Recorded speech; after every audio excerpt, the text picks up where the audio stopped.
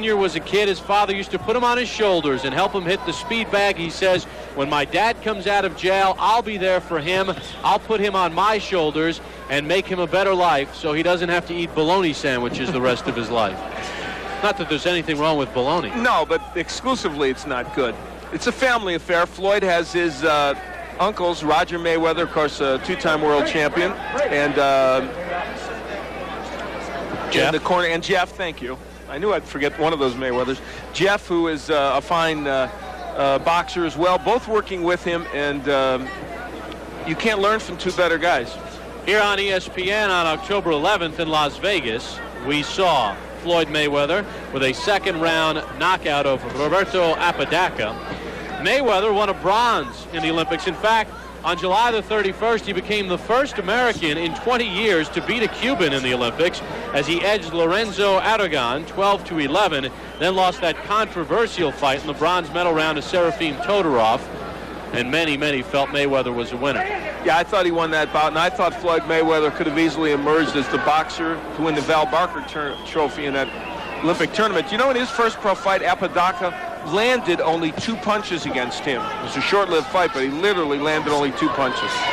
The left hook of Mayweather is his big weapon. Sanders trying to dig to the body. Now, is it a problem for Mayweather that he's fighting a southpaw in his second pro fight, or does his extensive amateur experience negate that? Yeah, the second part of what you said is in fact the truth. It's he has fought so many southpaws as an amateur that he's very hip to what to do to him, and you see it here. He's moving off to his left, trying to cut that ring off. He wants to throw the hook to the body and the head.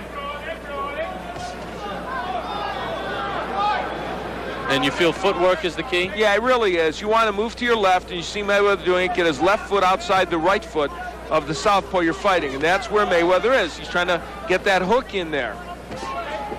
Took a nice right hand, though. Has not been a bad first round for Reggie Sanders. Mayweather can strike quickly. He's got a lot of power at this weight. He's capable of boxing, make no mistake about that, but he is in many respects a pure puncher.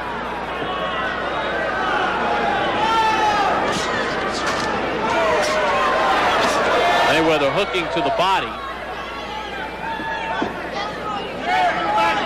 Sanders got caught up in the ropes there, and Mayweather took a little advantage of it by landing a couple of shots. Round number 1 coming to an end. This one is scheduled for 4. Floyd Mayweather Jr. against Reggie Sanders on ESPN.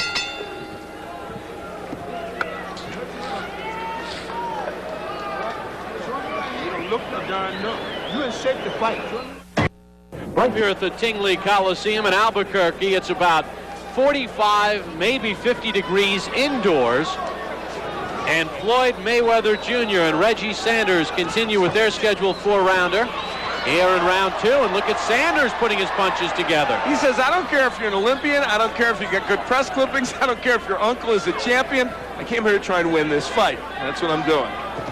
Well, he didn't say all that literally, but that's what he meant. In between rounds, Miguel Diaz humming raw high to Mayweather. I noticed that. There's the numbers. Mayweather with a very slight edge. Miguel, a man of many talents, he's rule him, rule him, rule. I don't know what that was all about, but it was a nice tune. I don't know if Mayweather was hurt there or if he just stumbled, if their feet got tangled. But so far, Sanders controlling the action here in round 2. He really is. He's going after Floyd Mayweather and landing some body shots and not allowing Mayweather to get his punches off. Now, the danger in doing that is Mayweather's a very good counterpuncher. There's an example. And you could walk right into something and it would be lights out.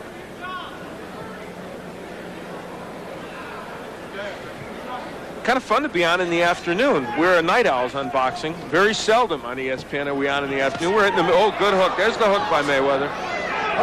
It may look wide, but it's got pop. Referee Larry Chavez steps in. Hey, don't forget, right after ESPN's championship boxing, college football, Tennessee and Vanderbilt, Ron Franklin, Mike Gottfried with the call. And a lot of people, good hooks by, a lot of people think Vanderbilt has a chance for an upset in that game. So it should be, I bet it's going to be a close game. And Sanders continuing to press Mayweather. But now Mayweather's starting to get some of his power shots in. There, that right hand and the hook. That's the combination punching of Floyd Mayweather. We saw evidence of it at the Olympics and, of course, in his first fight against Apodaca, when he threw 35 punches per round and landed 49% of his punches, 69% of his power shots.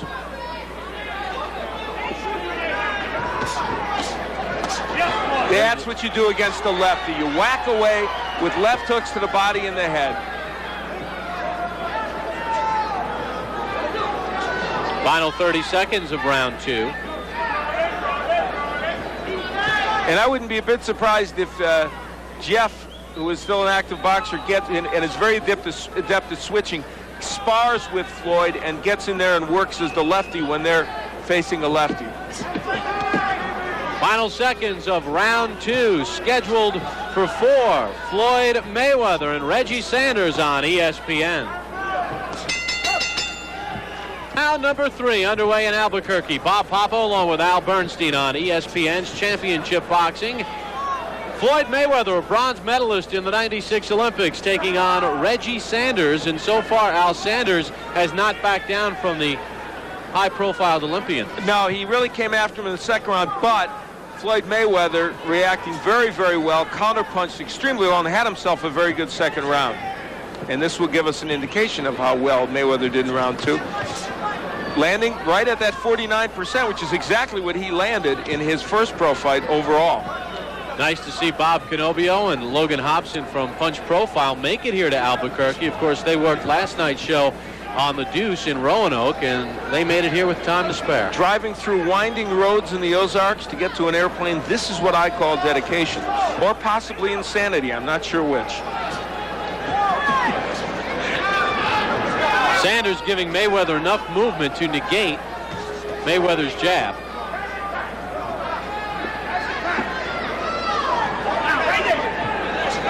And the interesting thing about Mayweather is that he's also a patient boxer. And we're seeing evidence that he wants to make sure he lands what he needs to land in this case. Even the crowd booing a little bit, he's not going to get crazy. He's attained control of this bout, and he's waiting for the next opportunity to land something big. Do you think he's confused at all? No, I really don't. Good right hand there, but I think he knows what to do in there, and he's been waiting for those opportunities to get in the inside for the uppercut and also the hook, which he started landing toward the end of the last round. Well, there's a cut over the left eye of Floyd Mayweather. I don't know if it came from a punch or a clash of heads. If it's from a punch, he may have a problem. Yeah, it's near the right eyebrow. That may hasten his effort to try and end this bout.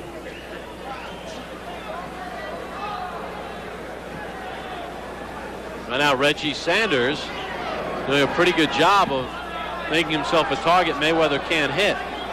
He's staying on the outside. Mayweather's not really getting off to the left as much as he needs to land those double left hooks to the body and the head. He was doing it in round 2. The jab's starting to become a weapon for him.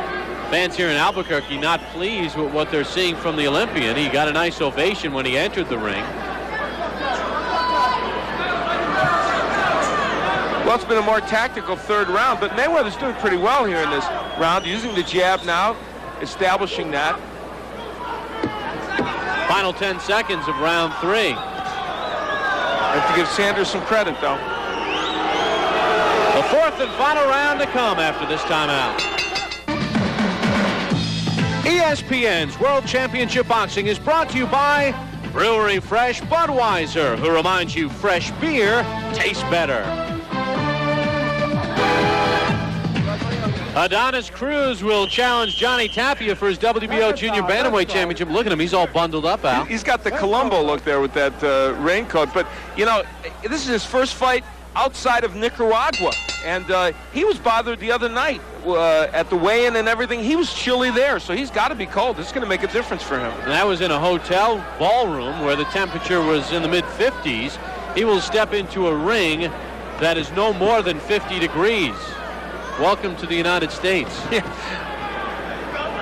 And I think part of it is they set up this morning for this event after that concert. The doors were open a lot in the morning here at this arena. They're closed now, but boy, the cool air just stayed right in here. This fourth and final round underway. and let's see what Floyd Mayweather does. Do you think he's winning the fight, Al? Yeah, I believe he is winning. I've actually given him all 3 rounds, even though 1 and 3 were very close. But what he is saying here is a Reggie Sanders who's very determined, who came here to fight. And these are the kind of guys you want to face anyway as you move up. And let's give Reggie Sanders a lot of credit. He has really been in there trying and has made some things happen. Miguel Diaz doing a good job with the cut over the right eyebrow of Mayweather. That was sustained in the last round. Mayweather did not realize he was bleeding until after the round. Now that is an illegal maneuver, but one that is used so often by fighters we almost forget that it's illegal, as Mayweather pushed Sanders aside. Mayweather now using a lot more movement, making Sanders come to him. The fans in Albuquerque are not pleased with the style, but as Mayweather has told us, I want to box, box, box, and not take too much punishment in this sport. The total punches indicating Mayweather with a lead, but not a huge lead. Landing in the 40% area and throwing just about the same number of punches as Sanders. And Mayweather claiming he was butted again from Sanders. Now there was no indication that cut cap came from a butt. We don't know if it did, or a clash of heads, we should say. We don't know if it did or not. Mayweather not using anything behind that jab. Throwing the jab, not doubling up with it. And I dare say facing a lefty has bothered him a little bit more than we maybe thought it would. In the second round, he was getting a terrific rhythm of fighting the lefty, getting in there, digging left hooks to the body and the head, coming with the right hand. Then he stopped. Again, he sidestepped Sanders, who cuts the pie a little bit. There's the hook downstairs from Mayweather. 2 punches are important to him in this bout, and he hasn't used either of them as much as he would like. The left hook and the right uppercut. Mayweather has a tendency to get cocky, which may or may not have hurt him in the amateur game. In the pro game, it probably will not have any This impact. is where Mayweather should be, Bob. I agree with your point there. That's where he should be, landing stuff on the inside, hooks to the body and the head. He really wants to be on the inside against him. Well, that was a short round, wasn't it? Yeah, that was a 2-minute and 50-second round.